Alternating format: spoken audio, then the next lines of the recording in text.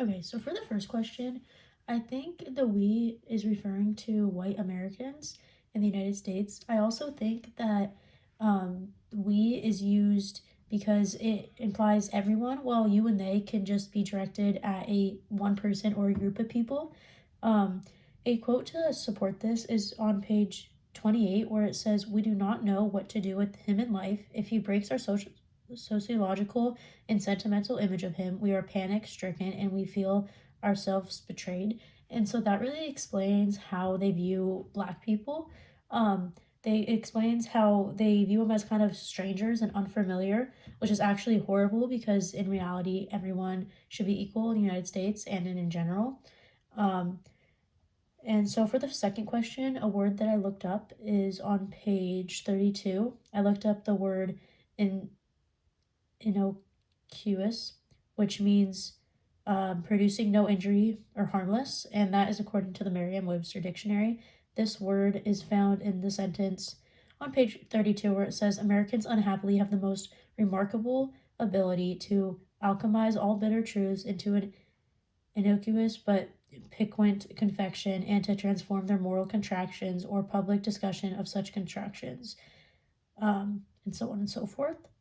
And then lastly, I wanted to do a kind of a reflection and a close read, which is found on page 43. And the phrase quotes, Negroes and Americans and their destiny is the country's destiny. They have no other experience besides their experience on this continent, and it is an experience which cannot be rejected, which yet remains to be embraced.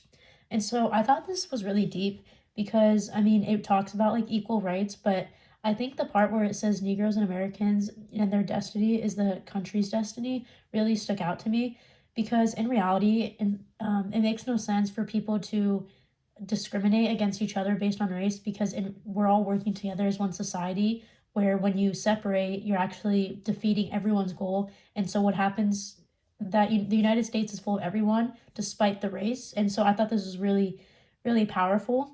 And I also think how where it says they have no other experience besides their experience on this continent is an experience which cannot be rejected. I think that's also really powerful is that they didn't they this is their experience in life, just how like everyone has their own experience. And when people are constantly discriminating against each other, I think that's horrible because everyone should be working to make each other's experience during life the best as it possibly could. And obviously that was not the case during Baldwin and his time.